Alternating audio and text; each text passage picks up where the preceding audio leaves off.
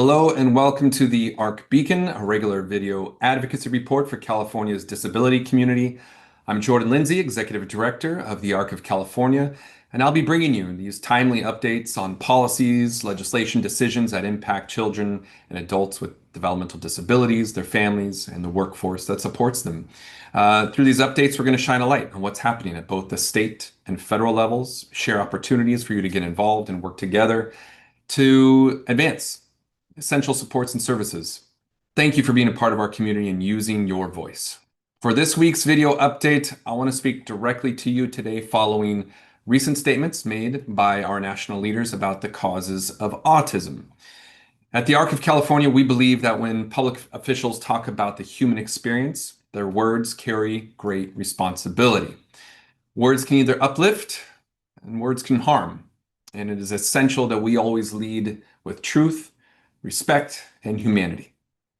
So, at the ARC of California, we believe that neurodivergence and disability is a part of our human fabric. It always has been. And it is the presence of these differences in all of us that enrich our lives, our communities, and our world. For some of us, these differences come with support needs, which is why we advocate vigorously for publicly funded services and supports. All this is summed up in our own country's federal laws, including the Developmental Disabilities Assistance and Bill of Rights Act, the DD Act, which states that disability is a natural part of the human experience and in no way diminishes the rights of individuals to participate in or contribute to society. That's what our own federal law says. We believe that a diagnosis is not a tragedy, that people with autism deserve dignity, not stigma, respect, not pity, and inclusion, not isolation. Now, with all of that said, the ARC of California also strongly supports efforts to prevent disability when it can be prevented. Research should continue to pursue findings that can lessen the impacts of disability or even prevent it. Both support for disability as a part of the human experience and a desire to prevent disability are compatible. In recent days, claims have been made that suggest a link between acetaminophen use during pregnancy and the development of autism in children. The federal administration cited a few recent studies and made some broad statements about using Tylenol. We at the ARC of California, we are not scientific researchers, but we do want to share a few brief observations. First, the largest study conducted on this included 186,000 children that were exposed to Tylenol during pregnancy. The study found that at age 10, 1.53% of children exposed to Tylenol had autism, compared to 1.33% of children that weren't exposed to Tylenol during pregnancy. That's a risk difference of 0.2%, or in other words, inconsequential, according to this study. Second observation is that the study cited by the administration during their announcement this week, that study says this, quote, "The researchers noted that while steps should be taken to limit acetaminophen use, the drug is important for treating pain and fever during pregnancy, which can also harm the developing fetus.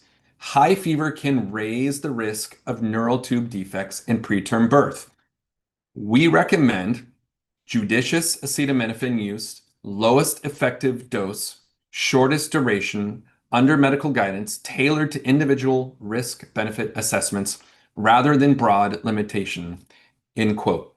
That is in the study cited by the federal administration in their statements this week.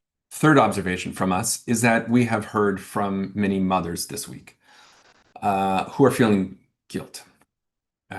Please know that these findings are very controversial, with many organizations, including individuals with autism themselves at the Autism Self-Advocacy Network, saying, quote, "The best studies suggest that there is no link between acetaminophen and autism."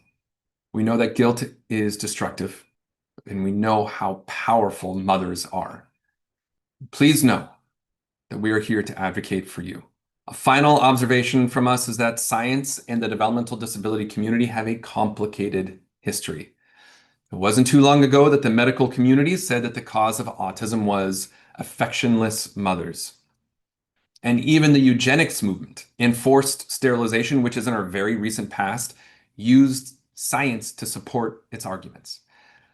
Science and research undoubtedly has also helped the developmental disability community in many ways, but when it comes to large-scale public statements that mix science and politics, we need to scrutinize it extra carefully. In conclusion, at the ARC of California, we will always stand for evidence-based policy, compassionate leadership, and most importantly, the lived experience of people with disabilities.